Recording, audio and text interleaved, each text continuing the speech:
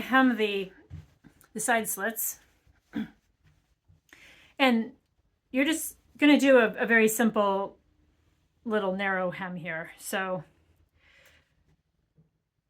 the easiest way to do this is just to do a double turn and press. This is, again, like all the other seam allowances, as you'll recall, it's 5/8 of an inch or 1.5 centimeters. So I just would do a turn and, a turn and a turn to get to that 5/8 of an inch.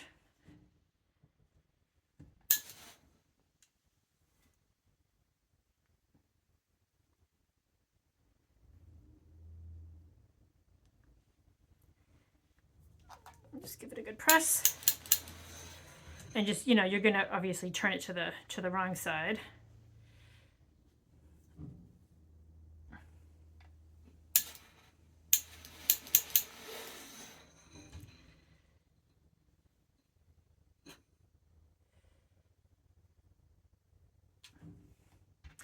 You could measure this if you wanted to be really precise about it, but I don't find that's really necessary personally.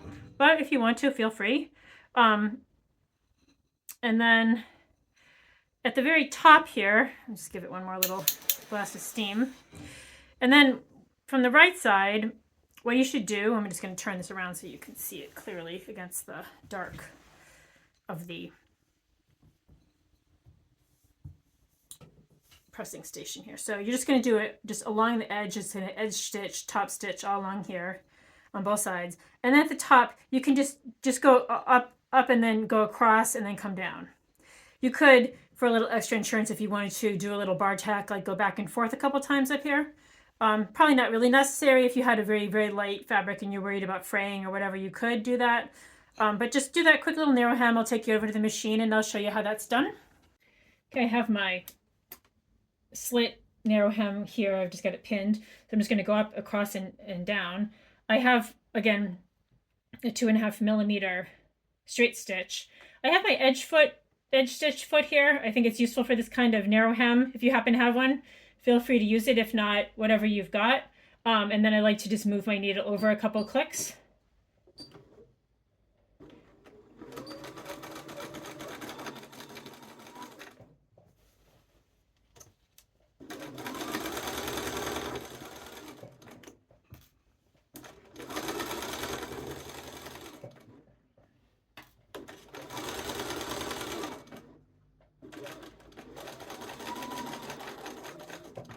When you get to the top, of course, you'll pivot.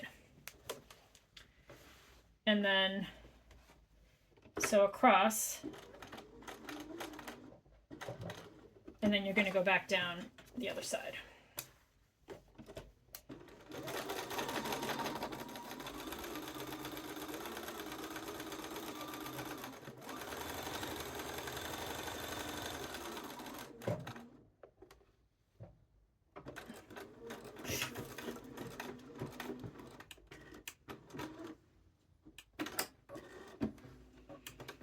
Okay, and that's your narrow hem. And that's what it looks like on the right side, and this is what it is going to look like on the wrong side. If you wanted to, you could instead of finishing it this way, you could add a little bias binding, a little ribbon. If you're doing any kind of other embellishments to say the backs or anything else, this would be another obvious place to put a little pop of color, a little something if you wanted. At this point, you also could hem your Daring Duster, and I'm going to just show you how to do that. What I suggest you do is try on your garment first. Make sure that you have the length the way that you like it, and assuming that the length is where you want. Of course, if you want to make it shorter, you can always make it shorter, and then you can go ahead and hem it. So hemming is pretty straightforward. I'll show you that next.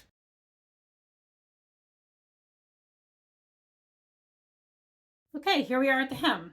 There is a 1.5 inch or 4 centimeter seam allowance here. So there's a couple different ways you can manage this. You could just, if you have a serger, you could just run your serger along here, turn it up at 1.5 inches and hem it. Or you could do a double fold, which is what I'm going to do here. And I'm going to start by pressing it up a 1/2 inch. again, I like to use my little metal ruler here for this. If you've got one of these, it can be handy for this sort of thing. Once you get it started, it's usually keeps going pretty cleanly.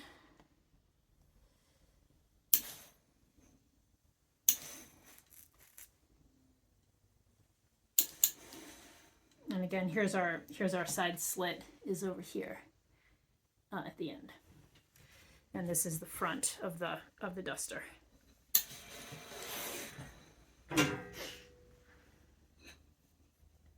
And then you've got that. So you've got that pressed, and then you can press it up an inch from there.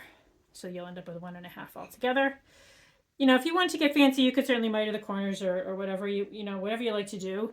Here, I'm keeping it simple, but I'm sure that you guys will come up with all kinds of ways to add additional bits of fanciness to your garment.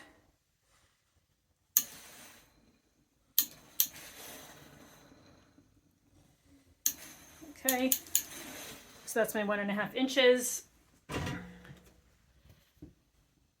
You just give that a minute to settle. And then we're just going to do a top stitch. I'm going to pin it, bring it over the machine. And okay, we're going to do the hem top stitching now. Because this is several layers of fabric at this point, I do like to lengthen my stitch to 3 millimeters. And I like to use my edge stitch foot for this, but you can feel free to use whatever. And I like to just put it there and then move my needle over a few clicks. And it's just a pretty straightforward hem here.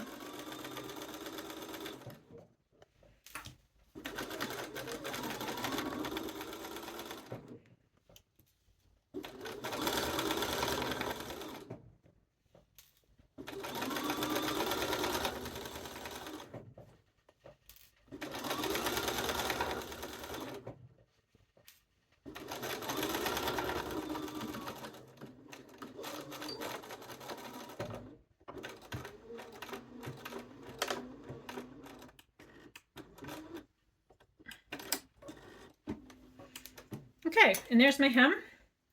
Have to, of course, do the other hems now, and the whole thing will be ready for the final press and try on if you've hemmed it at this point, or if not, then you're going to go on to the sleeves and the collar if you're doing view B, in which case we'll see you there.